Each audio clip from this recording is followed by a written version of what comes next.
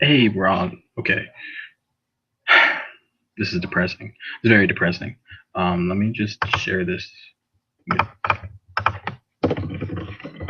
people so we can come together and we can chill and talk about how bad the Nets are.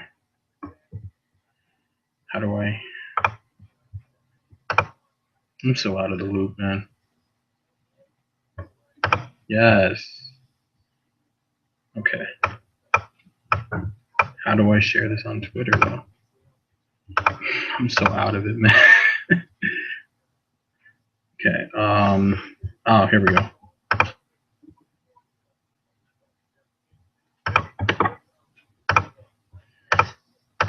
Let me just.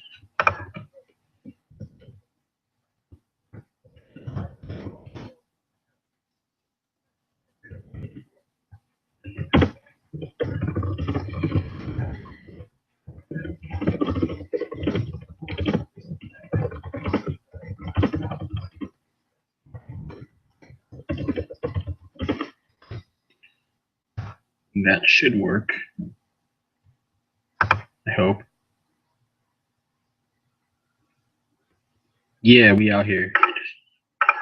It's like I'm watching myself. Anyways, wow, this is okay. Um, I'll wait for people to come. Currently at 0. So you know we're popping. Let me share it.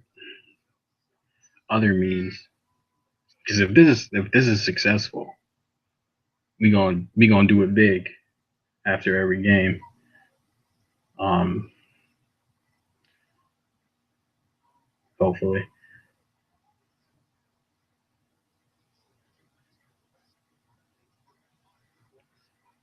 Actually, no, I don't want to share it to YouTube.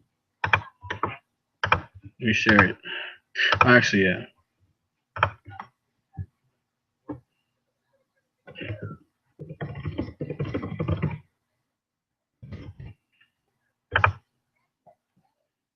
I'll use that one for Twitter. Oh, we out here. Okay. I just let me share this. Okay.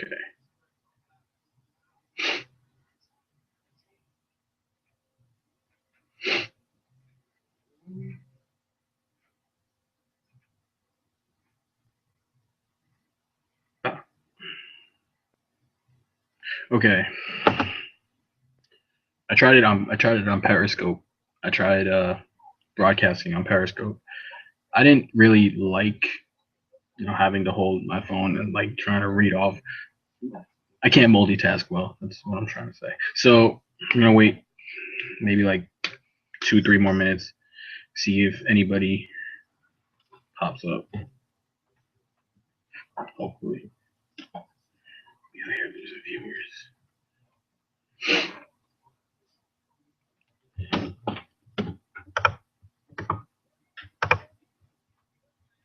What the hell? Okay, there we go.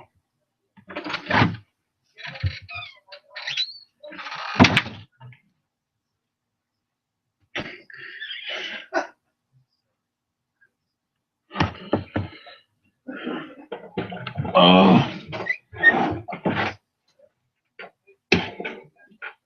fucking okay. Nets fans, welcome to.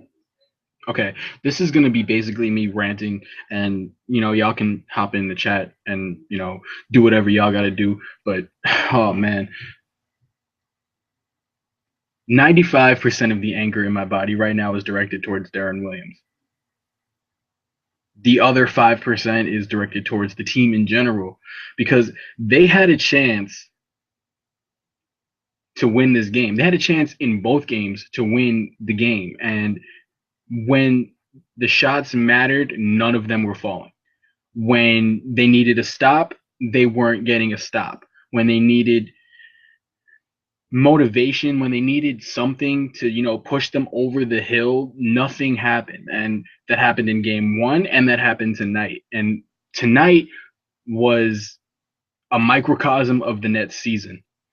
Everything from blown defensive coverages, everything from Deron Williams shooting 1 of 7, only 2 points, and he's a max contract point guard.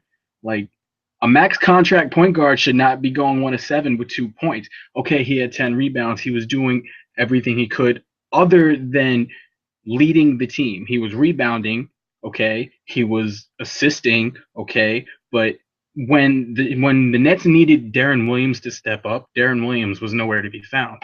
And that's a problem that, myself along with, many other Nets fans have, is that because we signed him to this big ridiculous contract back in 2012, and he hasn't really shown us that he deserved that contract. It's like, okay, we're going to Brooklyn. We need a point guard that's gonna, draw fans. That's what Deron Williams was, because there was like no other options on the market at the time. Deron Williams was our point guard. Deron Williams, was injured, and Deron Williams has been injured most of his time with the Nets, and it's shown on the court. Tonight was like basically a lot of people's breaking points. A lot of people, oh, I hate Deron Williams. Okay, tonight was a lot of people's breaking points, and including myself. I've given Deron time and time again. Okay, go out, do what you got to do. Make sure you put the team in a position to win, and he just hasn't done that. So tonight, when the Nets needed him down one with the ball, nowhere to be found. He misses a shot that 9 times out of 10, any NBA player will make that shot. Deron Williams, pump fakes a three, which he was open at first, pump fakes and gets a better shot, and rims out. And the whole night, it's just been, sloppy pass, blown defense. When he let, I think it was Paul Millsap, when he let Paul Millsap just go free in the paint, that was my breaking point. Joe Johnson should have taken, that shot that he had before he passed it off. He had good position. I would have settled for a step back. I would have settled for a floater. I would have settled for anything other than Deron Williams shooting the ball in that situation, because Deron Williams hasn't proven that he's a clutch shooter. He hasn't done anything clutch with this team in his, 3.5 years, 4 years that he's been here. So that's the half of it. That's me being angry with Deron Williams and me saying, okay, Deron Williams isn't a good point guard. Jarrett Jack came off the bench and immediately made an impact. He made a bigger impact than Deron Williams has made the entire series. And the Nets should be up 2-0. They had opportunity after opportunity, and they just blew it. So, Jarrett Jack played very, very well tonight. Jarrett Jack, all credit goes to him. Jarrett Jack did whatever he could, scoring wise, to, put the team in a position to win. Brook Lopez got more touches, which I'm happy about. He scored 20. Joe Johnson did whatever he could to put the team in a position to win. But, when you get 4 combined points from Thad Young and Deron Williams, odds are, the team isn't going to perform well. Alan Anderson had a good game off the bench too. He had let me see. Damn it. I think he was 13. Too many numbers in my head right now. Too many numbers. Yeah, 13. 13 off the bench on 5 of 7. He had a good game. It's just, when the team needs to play on a very, very high level, it's a 1-8 matchup. It's not like you're playing a team that's on your level. You're playing the best team in the East. So, the Nets, I don't know what they could do differently going into game 3. I don't know if there's any more, defensive changes, lineup changes that they could make because they've tried everything. They started Bojan tonight, and Bojan didn't really have a good game at all. Um, they should no, actually they should start Allen Anderson game 3. Anderson he's having a good series, so I'd put Anderson there. Start reluctantly Deron, Joe, Allen, Thad, and Brooke. Um, Jared Jack coming off the bench provides the Nets with something that they don't have on offense. Jared Jack came in, scored 23 tonight, scored 8 in a row. Deron Williams, it's going to come back to Deron Williams the entire night because he's the leader of this team. Well, supposedly he's supposed to be the leader of this team. He's supposed to, step up for this team, and absolutely nothing. Blown defense tonight was absolutely ridiculous too. It seemed every time the Nets needed to stop, the Hawks made a 3. It seems every time the Nets were on defense, somebody from Atlanta was open from behind the arc, and they're going to make you pay. Whether it's Korver, Teague, Millsap, Horford, they can all shoot threes. Schroeder made a few. They can all shoot the ball very well, and their ball movement was absolutely incredible tonight. It's something, Budenholzer came from the Spurs, and it's obvious that, that Spurs influence is with Atlanta. The way they move the ball, the way they, score, everything is just so crisp, so fluid. And the Nets is just like, okay, we need points, so we're going to do whatever we can, whether it's ISO, whether it's moving the ball. And a lot of ISO tonight, and a lot of ISO isn't going to yield good results. What else can I get off my chest that I'm really angry about? Game 3 is just going to be, a playoff game at home for the Nets. It's their 3rd playoff appearance in 3 years. They need to come out in game 3, set the tone. They need to set the tone, because look what happened in the last 2 games that they played. Atlanta jumped out 9-2 tonight. They jumped out however many game 1, and it's been like the Nets are always fighting from behind. Whether they could go up 2-0, and then in a blink of an eye it'll be 9-2 or 11-2 or 12-4 or something crazy like that. The Hawks move fast. The Nets don't. They're overmatched, and being overmatched by that team, there's a lot of matchup problems. There's a lot of defensive problems that the Nets, I don't think personally, can correct. Korver is always going to be lethal from behind the arc. And when the Nets collapse on Korver, he's going to pass it out. Somebody's going to be open.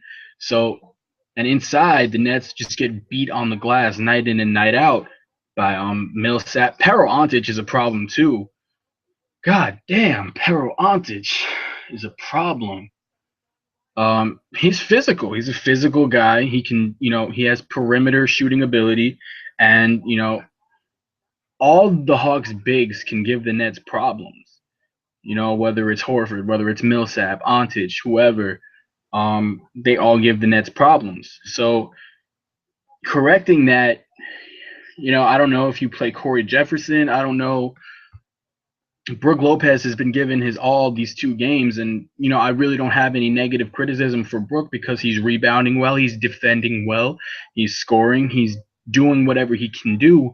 But when you don't have that help, when a guard drives and Brook comes over to try and, block the shot or defend the shot, who's behind Brook trying to get the rebound in case he can't get it? Because the guards aren't, trailing Brook to try and get the rebound. Brook's basically down there by himself, and that's why the Hawks get so many second chance opportunities, because Brook's, trying to defend everybody. He's trying to block shots. He's trying to make sure that nobody gets inside.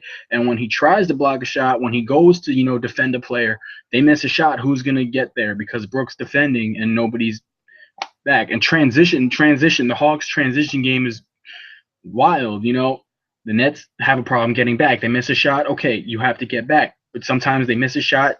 Players don't get back. Hawks get an easy transition bucket, and that's what happens. They're flying up and down the court. They're a fast-paced team, and the Nets just don't have the athleticism or ability to match up with them in transition. So, doing what they do, it's going to be hard for the Nets to really win a game in this series. And if they're going to win a game, it's going to have to come at home because they're down 2-0 already. This game can be over as soon as this series can be over as soon as Monday. Like, if the Hawks win game 3, the Nets are in a hole. And I don't see the Nets winning 3 games in a row to, tie the series in case they go down 3. So if the Nets can, take one at home, they'll be down 3-1. No, they should take both at home. They need to take both at home. What am I talking about? They need to take both at home and head back to Atlanta tied at 2-2. Is it going to happen? Probably not. Well, it's a pipe dream. What else? Just Deron Williams, man. I really hate Deron Williams. For the amount of money we pay him, we as a team, the amount of money that the Nets paid Deron Williams, for him to go out there and have a performance like he had tonight, it made a lot of people really, it just doesn't come as a surprise anymore because we've been watching him so long and we've been following the team so long that we're used to disappointment. But for once, it would have been nice for Deron Williams to step up and say, they're paying me this amount of money to be a superstar. And he's out there playing like he's Smush Parker. Like, Smush Parker probably would have made the shot. That's a shot that I said 9 times out of 10 an NBA player makes. An NBA player has to make. And I just don't understand how Deron Williams misses that shot with nobody around him. I don't know. Oh, I'm twisting things up. Yeah. Okay, this was fun. This was fun. This was a good idea. I'm glad I did this. Maybe they'll get bigger and we'll have some more fun. But this was just basically, getting a lot of things off my chest about this game that I wouldn't be able to, write down in a game recap because voice. Game 3 on Saturday. They need to come out and they need to play strong. I don't know, how else to go about defending them, how else to go about, running the offense because, again, it all comes down to how far Deron Williams takes the team. It all comes down to how far, the team wants it. Joe Johnson played well tonight. Brook Lopez played well tonight. Jack played well tonight. Anderson played well tonight. That's 4 players, and to get minimal contributions from the rest of the team, Thad Young, Deron Williams, again, Bojan, Mirza came back tonight, and he really didn't have any significant impact on the game, but he got some shots up, and the shots looked good. He missed, he didn't score, but the shots looked good. He had 1 3 that was halfway down, rimmed out, and the shots looked good. He had a lot of problems on defense, but that's nothing new. Basically, the Nets need Mirza to provide a spark off the bench along with Jack. I'm not saying Mirza is like the holy god savior, but, that little extra added offense wouldn't hurt. So, like I said, the starting lineup for game 3 should be, Deron, Joe, Allen, Thad, and Brook. So, interesting. It'll be interesting to see what Lionel does. It'll be interesting to see how the Nets come out in game 3. They're at home. So maybe the Nets will come out looking to kick some ass, or maybe they'll come out, looking like they did tonight or in game one and just get run out the building and have to fight from behind the entire game. Being a Nets fan has taught me a lot of things about life. You don't come out strong and get your ass kicked. um, you don't come out strong, you down by 10 in a heartbeat. All right, this was fun. I said that already. Did this for like what? A couple minutes, 10 minutes, 15 minutes. I wasn't planning on doing this long. Um, it is what it is. Honestly, Nets probably dead. Deron Williams, man. All right, so obligatory plugs to end this. Follow me on Twitter at YoIt'sTizzy. Follow my Nets account, Be to Brooklyn, BeToBrooklyn.com. We will have articles and all kinds of stuff. We tweet during games. Well, I'm saying we like it's a multi-person thing. I'm the only one that does anything, and I'm the only writer and runner and tweeter. You know what I mean. Follow me on Twitter, YoIt'sTizzy. Be to Brooklyn on Twitter, BeToBrooklyn.com. Out.